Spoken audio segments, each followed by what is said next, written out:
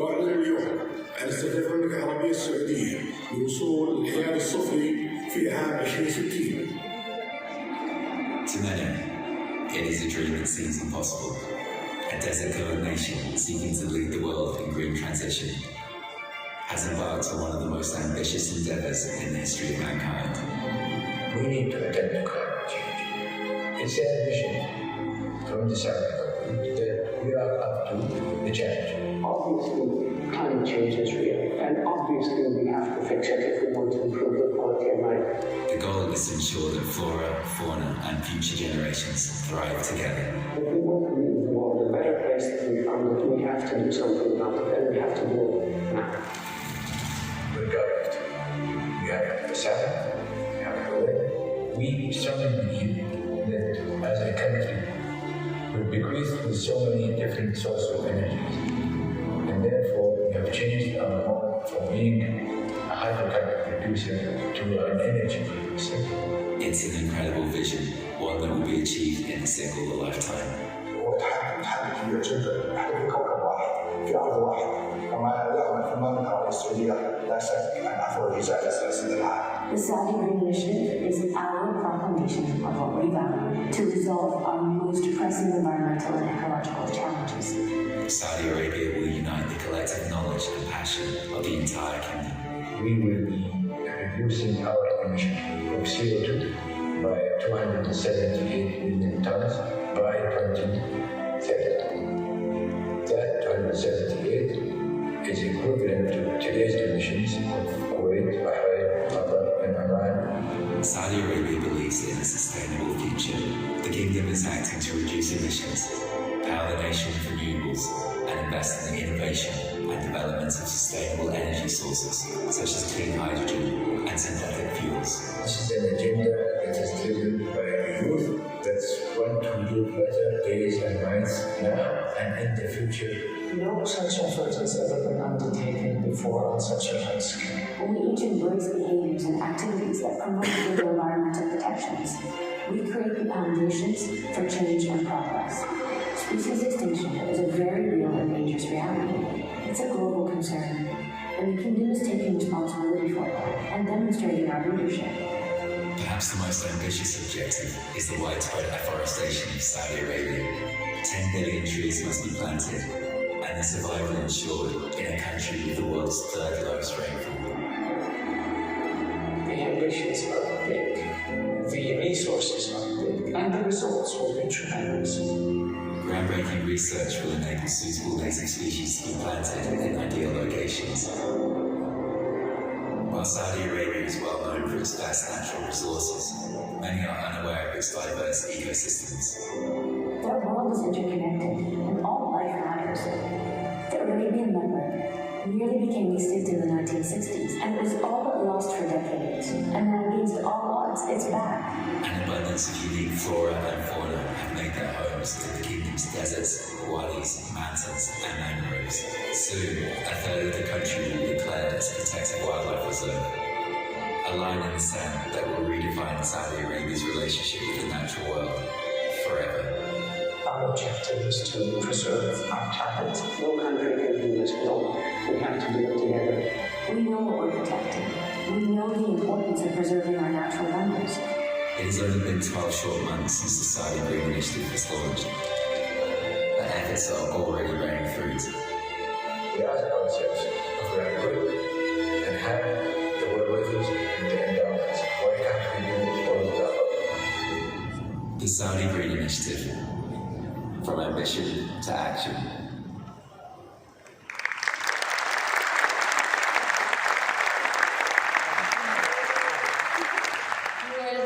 Prince Abdulaziz bin Salman, Your Highnesses, Your Excellencies, distinguished guests, ladies and gentlemen. I want to welcome you to the Saudi Green Energy Forum, and I'm so delighted to see all of you here. Energy producers, energy experts, climate leaders, all from so many parts of the world, coming here to help us drive forward substantive action in the race against climate change. So thank you all so much for being with us. Now, this is our second SGI gathering, and of course we've chosen this venue on the sidelines of COP, so important, the climate change conversation. And it's great to be here in Egypt, of course, and great to be in Sharm el-Sheikh. What a fabulous place. In the coming 2 days, we have a great lineup of experts and energy leaders to engage, inform, educate, and to hopefully inspire all of you. Our speakers will highlight the steps that have been taken over the past year towards achieving Saudi Arabia's ambitious national targets, as well as laying out the roadmap for the coming years. The work has only started, but I can promise you it's well on the way, and we have some great results already. Now, at last year's SGI Forum in Saudi Arabia, the country, and indeed His Royal Highness, made a bold commitment to the world. You saw there big ambition, big resources, big results, and all of this is beginning to happen. His Royal Highness personally promised that he would be held accountable, and I'm absolutely delighted that he's back here and we're going to hear more from him about this very busy year. So I would now like to welcome to the stage the Minister of Energy from Saudi Arabia, His Royal Highness Prince Abdulaziz bin Salman bin Abdulaziz Al Saud.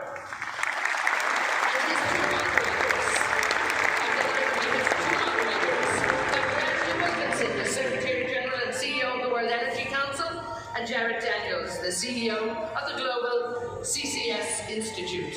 So I'm really looking forward to hearing this conversation. Thank you.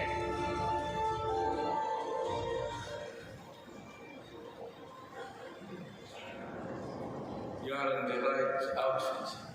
Because today the color is green.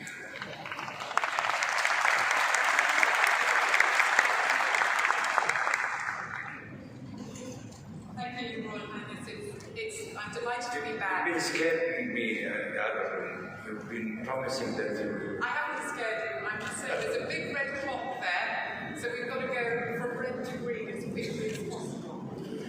So, But it's my duty also to show that every year we become greener and greener as we go.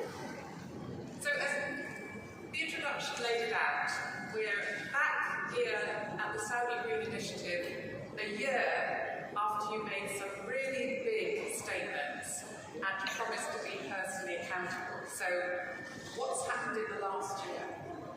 Well, it's also commensurate with the theme of the COP this year. We want to show, the theme of the COP is going from ambition to action. Prepared for that, and because what we have discharged as a commitment in both, actually, the Middle East Green Initiative and the Saudi Green Initiative. We can look at everybody in the eye and say, we have done it, and we shall continue doing it. And it's always about the state of mind. When His Royal Highness, the Crown Prince Mohammed, announced the Green Initiative,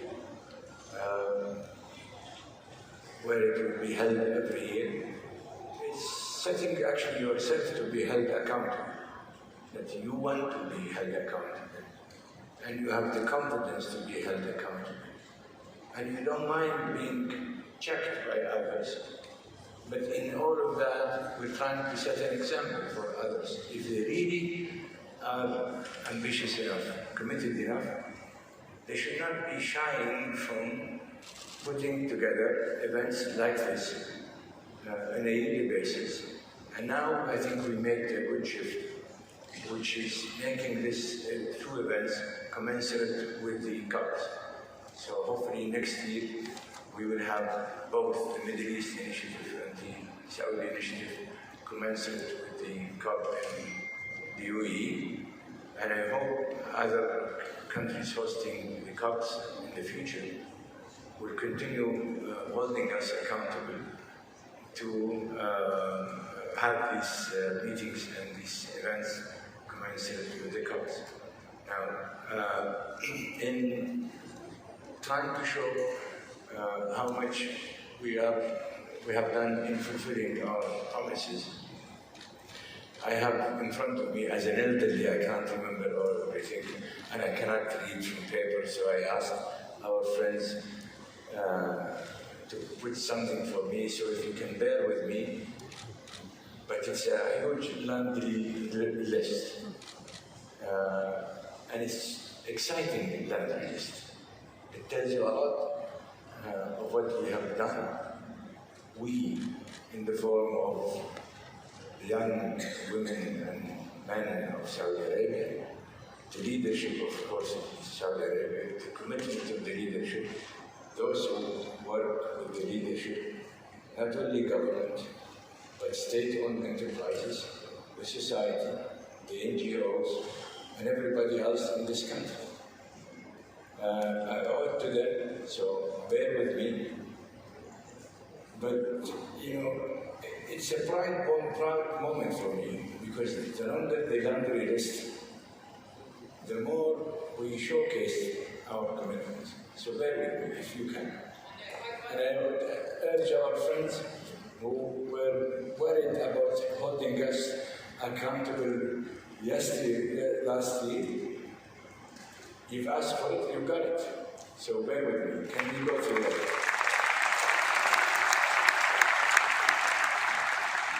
The mission we've declared last year, which is, as a second country, will go to net zero for 2060. I have to remind people that it is all contingent on technologies. We believe there is a good chance that that date hopefully can be brought earlier. But again, we want to make sure that when we commit, we deliver. But our hope is actually to deliver ahead of time. As the video was showing, we still committed to the 278 million tons, and there are things that have been at work, which would lead us comfortably and confidently to that number. I have mentioned a long time ago of the 50% in the power generation sector on renewable. Already this year we had a connectivity of 400 megawatt with a reduction of about a million tons of CO2. 13 more projects were tendered and signed the PPAs for it, the capacity of which is 11.4 gigawatt. Estimated investment is about 34 billion riyals, and will reduce around 21 million tons of CO2 emissions on a yearly basis. Our renewable program has won 3 international awards: Global Award for Project Finance International for the best ESG platform, 2 international awards from Infrastructure Journal Global. And next year, we'll be finalizing the plans for developing 10 more renewable projects and connecting an additional approximately 1 gigawatt of solar project to our grid. Liquid displacement, my favorite thing with and the Minister of Finance, he likes that because he's going to save a lot of money. He's all over getting there. First time in all the planet world that the Minister of Finance enjoys spending on a program. Our program aim, as I said before, of eliminating burning 1 million barrels of liquids. We have reduced our liquid fuel consumption and power generation last year compared to 2019 by roughly 7.5%, amounting to a total of 77,000 barrels of reduced liquids. Next year, converting one of the largest desalination plants in the world from liquid to gas will produce around 566 cubic meters of water per day and around 3 gigawatt of power. We will go to and we will be moving to ROs very soon.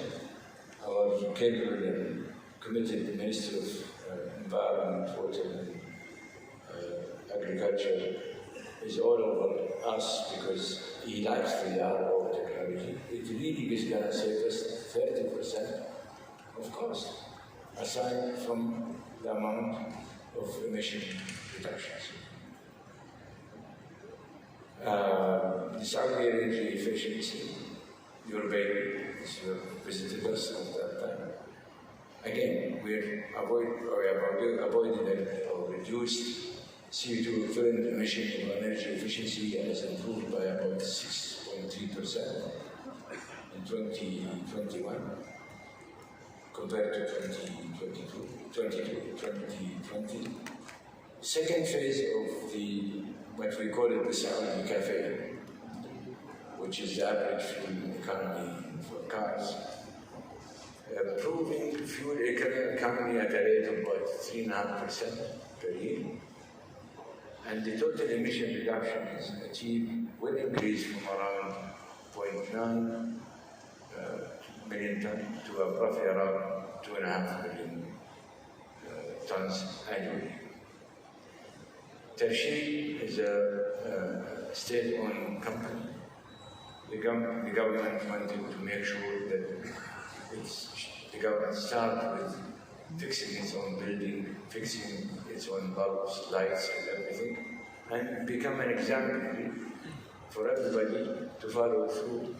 So, as a company that underwent this program of changing every bulb in every street, fixing every inefficient way of consuming energy in every government building, they've been working. I had the pleasure of being the chair of the board of that company, but we've been doing a lot of good things. By the end of third quarter this year, saving is about 5.3 of terawatt per hour, which is the equivalent of saving about 8.5 million barrels of oil equivalent. The development of energy efficiency market also helped us to create a new business line, a new industry, which is ESCOs. For those who know this business, is companies that come and overhaul buildings to ensure that these buildings are efficient. We've started, actually, the company started where we had only 4 companies operating in Saudi Arabia. Today, licensed companies are about 47 companies. We are pushing now to mid-sized companies and small-sized companies. In fact, the small-sized companies, we're aspiring to make sure that the owners and operators of these small companies will be women, simply because they will have a better accessibility to homes than men. I know you've got a long list, but I was told in Oxford that normally people can remember 3 things. Okay. Geniuses can remember 5, and an Oxford professor regularly talks about 10. So far I've heard targets, I've heard renewables, I've heard displacement of fuels, I've heard ambitious energy efficiency programs, and I've heard everybody who's into this talk cooperation between ministries and inclusion of society. So how many more on the list? They're going to come. I'm going to keep them coming. You asked for it. The world is hoping to crucify us because we are the biggest exporter of liquids. We're going to make the world accountable for us on what they deliver. Because we want people to match us. And we want to make sure people put their money where their mouths are. That's going to be my thing and continue to be my thing. We're going to do it.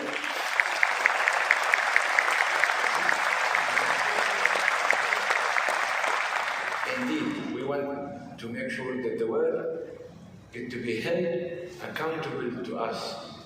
Because we will deliver these things in our comfort zone, and I'm going to keep them coming. Just hold your horses.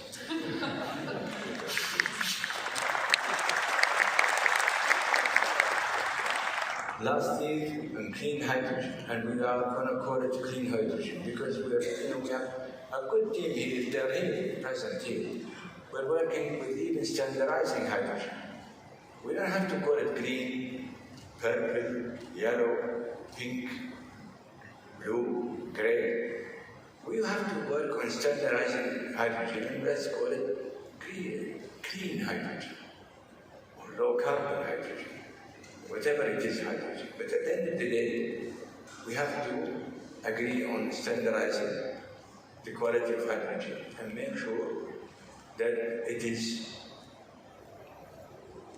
acceptable for people to buy it. If people have the preference to call it green, we're also there. We'll show you. We've already started construction on NEOM. Aramco and SABIC and Ma'aden obtained the world's first independent certification with regards to hydrogen and ammonia production. Ma'aden has successfully certified 138,000 tons of blue ammonia, which represent nearly 40% of global certified ammonia production. Commercial shipment from Aramco, SABIC, and Ma'aden left the kingdom carrying 50,000 tons of certified ammonia to South Korea. NEOM and Saudi-run services company Royal Commission of Jubail and Yanbu and Air Products are building hydrogen fueling stations in NEOM. 6 government-to-government MOUs, including US, Germany, UK, South Korea, Singapore, and Greece. We've signed them just this year actually, on bilateral arrangements to make sure that we work together on hydrogen. 8 pilot projects of hydrogen fuel cell-based vehicles, buses, trains, and transportation applications in sustainable jet fuel production, oil production, fuel production were put together in Saudi Arabia. Actually, it's something that we're proud of, because if we can succeed with that, we can scale it and become the role model as Saudi Arabia for how hydrogen can help mobility. And we still have a competitive edge about it, by the way, because if we produce the blue hydrogen, we're going to be the lowest cost producer. If we go for the green hydrogen, to the dismay of so many, maybe, we're still going to be the low cost producer.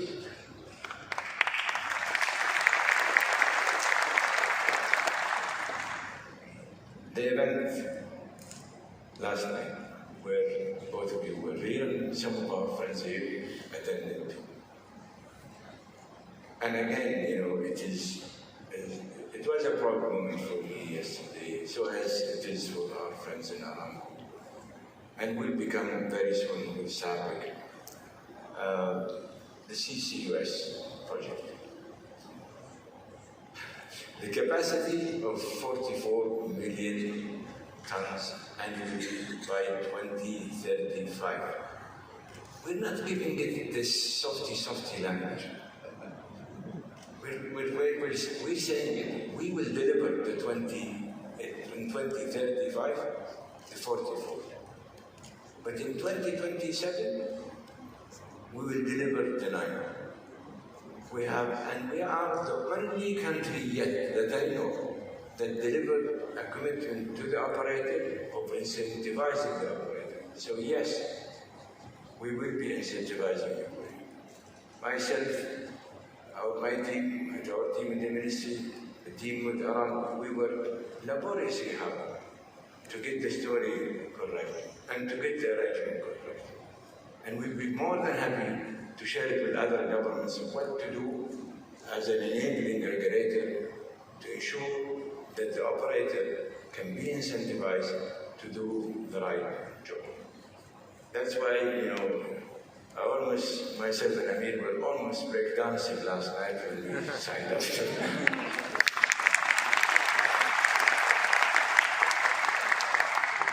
I said almost, so I'm not going to leave our audience with their imagination. Now, we are establishing a carbon capture and sequestration company. It's called SECAP. It's going to be owned by Aramco and others, I think.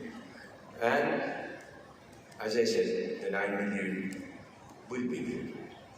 Because there is nothing that Aramco had hoped for as enabling that was not there.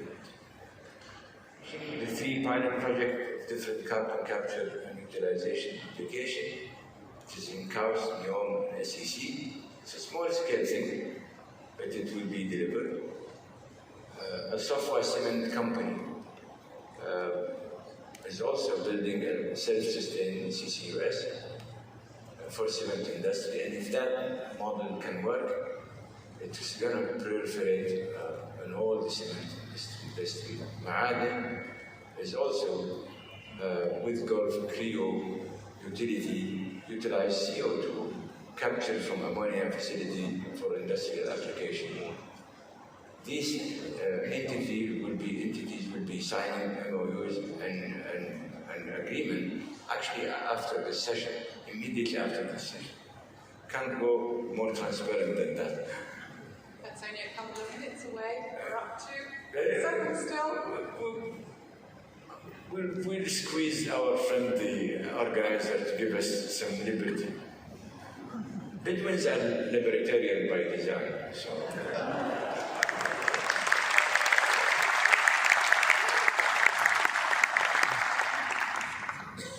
The Global Methane Pledge.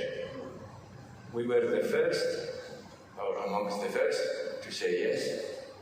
And actually, we said yes because we have a record to show you. Our operators, Aramco, has the lowest methane emissions by any measure.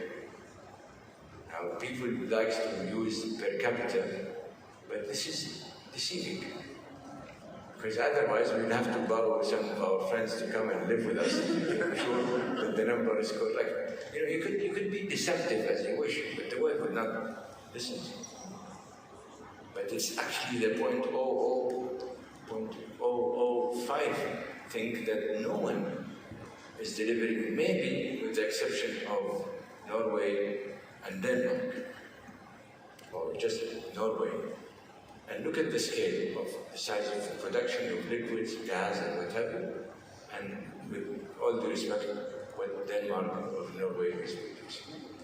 But be it as it may, we accepted the challenge because there is a lot of work on waste management, and I have the guy who is heading the waste management and infill company that was just recently created to ensure that we deliver on much better targets on terms of methane emission reductions. Most of the contribution from Saudi Arabia will come as a result of the work of the company. And still will continue pushing each other along with others, but it's almost like squeezing the last bit if we can deliver. But again, we work on technologies. Here comes Johnny. Could you ever believe Saudi Arabia one day, which we, by the way, we talked about it in Glasgow, ever since Glasgow, ambassadors here, as a way to enable people. You know, last week, or the week during the FIR, the PIF had announced this voluntary carbon market platform. Today, we are announcing that we will launch the greenhouse gas credit and offsetting scheme at the beginning of next year, by January 2023, which is exactly 10 amount to a carbon, or not a carbon, it's a greenhouse gases market. Because we lack comprehensive solutions, as opposed to all of the above.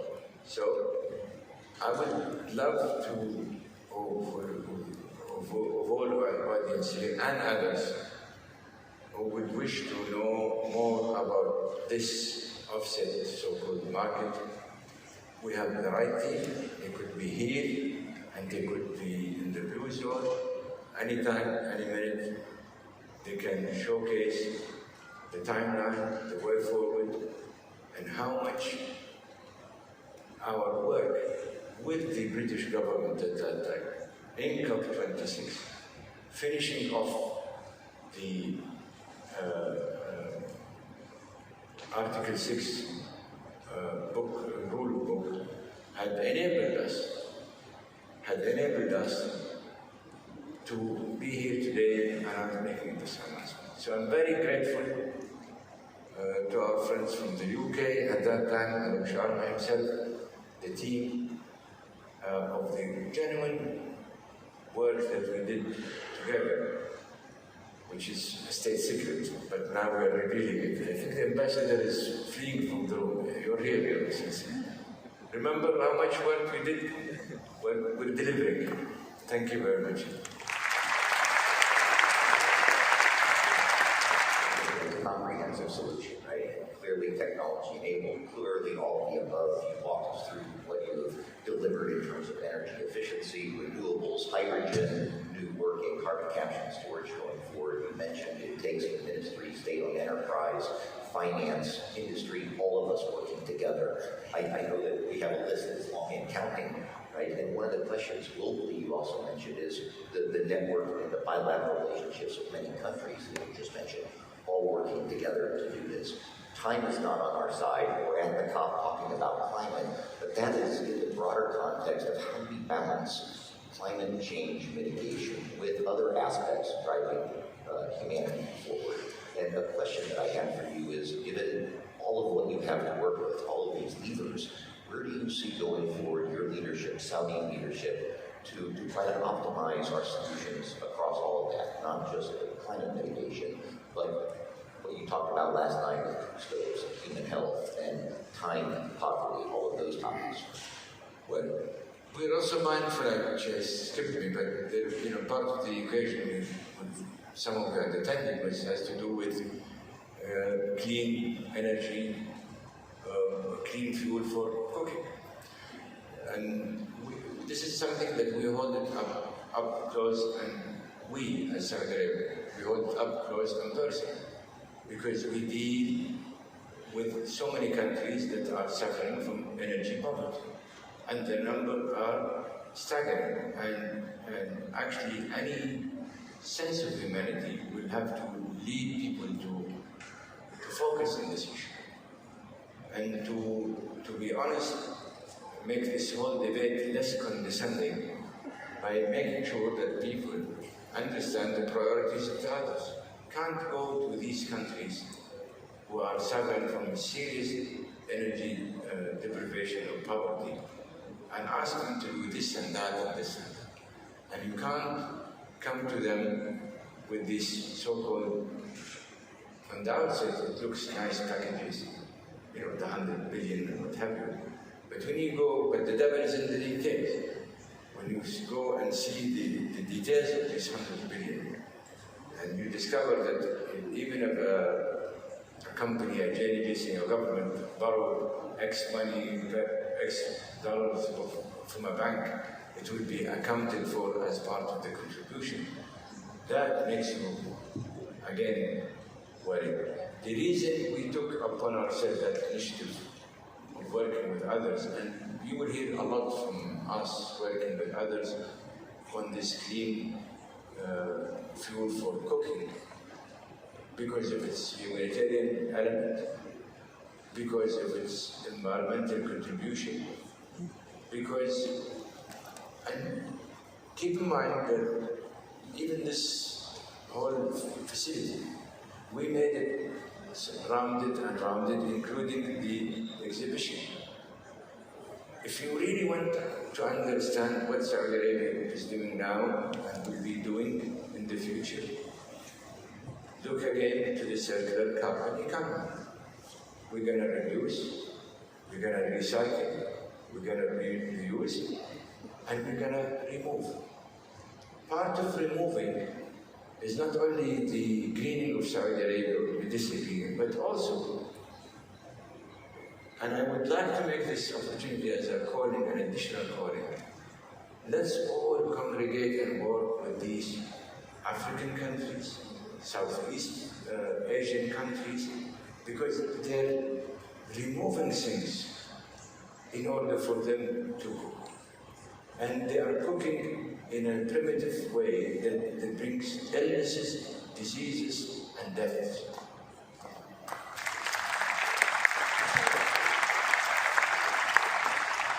So that I don't get shocked, looking, the red line has disappeared, I'm going to just do a quick wrap up an evaluation of what I've just heard as the A-star action plan of Saudi Arabia. Just tell me. Ambition, did you hear that? I heard ambition. Action, did you hear that? I think we've heard demonstrated action much more come. Accountability, did you hear that? I think we heard that loud and clear. And the last point I heard was additionality. And I think that's a key point. May I, as well, good challenge, everybody. With